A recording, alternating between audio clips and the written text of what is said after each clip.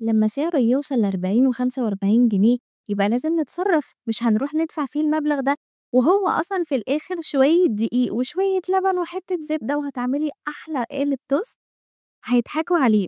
عايزة أقول لكم بقى هشاشة إيه وطعم إيه وطراوة إيه ولا اللي بيتجاب من برّه، ولو قعد معاكِ شهر في الفريزر هيطلع كإنِّك لسه جايباه، مش زي بتاع برّه بيفرول بعد كام يوم. هنعمل مع بعض أحلى قالب توست هتدّي منه ولادِك في المدرسة وأنتِ مغمضة عينِك. معايا 3 كوبايات من الدقيق، 3 كوبايات من الدقيق هيطلعوا لي قالب English cake، ومعايا معلقتين دقيق على جنب، حطيت عليهم نص كوباية مَيّة وقلّبتهم كويس جدًا وهادخّلهم في الميكروويف أو أحطهم في حلة على النار. الطريقة دي بقى بتدّي طراوة رهيبة للعجينة، العجينة السحرية دي، أنا هاسميها العجينة السحرية، بتدّي طراوة غير طبيعية. هاجيب بقى أي حاجة وأحط فيها كيس من الخميرة الفورية، 3 معالق كبار من السكر وما تستغربوش الكمية عشان التوست بتاع برّه بيكون مسكّر. معايا 3/4 كوباية لبن وربع كوباية مَيّة، يعني اللي معايا كُلّه حوالي كوباية من اللبن على المَيّة الدافية طبعًا، وهاقلّبهم كويس جدًا واسيبهم يخمروا على جنب مع بعض. ما تنسوش الخطوة بتاعة الدقيق بالمَيّة اللي هي العجينة السايلة دي، عشان بتدّيني طراوة حلوة أوي ومهما قعد معاكِ مش بيعمل حاجة.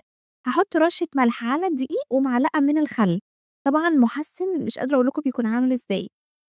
هنا بقى أنا استخدمت بيضة وعليها رشة فانيليا، وللأمانة لو أنتم مش عايزين تستخدموا البيضة ما تستخدموهاش، أنا مرّة عملته بالبيضة ومرّة عملته من غير البيضة، ما فيش فرق منهم خالص نهائي، بس تكملة غذائية لو أنتم حابين، مش حابين شيلوا البيضة.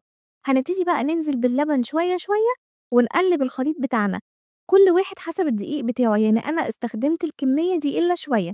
في الآخر بقى خالص أجيب حتة زبدة كده طرية بدرجة حرارة الغرفة وابتدي إن أنا أعجن كويس جدًا. هتلاقوا العجينة بُصّوا اتبهدلت واتقطّعت مش مشكلة خالص، كمّلي عجن هتبقى معاكِ ملبن بمعنى الكلمة في الآخر.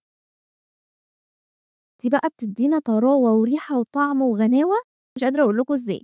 بُصّوا بقى الجمال بعد ما سِبتها خمرت، يعني تتحدث عن نفسها فعلًا. هابتدي أرُش رشة كده من الدقيق، وبُصّوا هانزل بقى كده العجينة اللي مش عايزة أفرّغ الهوا منها، هابتدي بقى إن أنا كده إيه، أفردها بإيدي كده على شكل مستطيل، وبعدين أدّيها بالفرّادة بس كده إيه إن أنا باسويها، أنا مش عايزاها خفيفة، لإن هي لو خفيفة هتبقى الطبقات بتاعتها مش حلوة. أول طبقة لازم أتَّك عليها جامد بإيدي، الأهم واحدة معايا اللي هي أول طبقة، أبتدي إن أنا ألِف رول وأضغط بإيدي.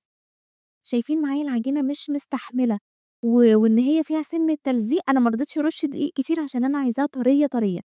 قفّلي بقى القفلة الأخيرة دي كويس جدًا، أهم حاجة الطبقة الأخيرة عايزاكِ تقفّليها كويس جدًا عشان ما تفُكِّش معانا وهي في القالب خالص. هاجيب بقى قالب English cake مدهون بزبدة وابتدي إن أنا أحُط عليه العجينة بتاعتي من تحت من القفلة اللي أنا حطيتها، واساوي بقى العجينة واغطّيها تخمر للمرّة التانية، كده هتخمر معايا للمرّة التانية لحد ما حجمها يتضاعف.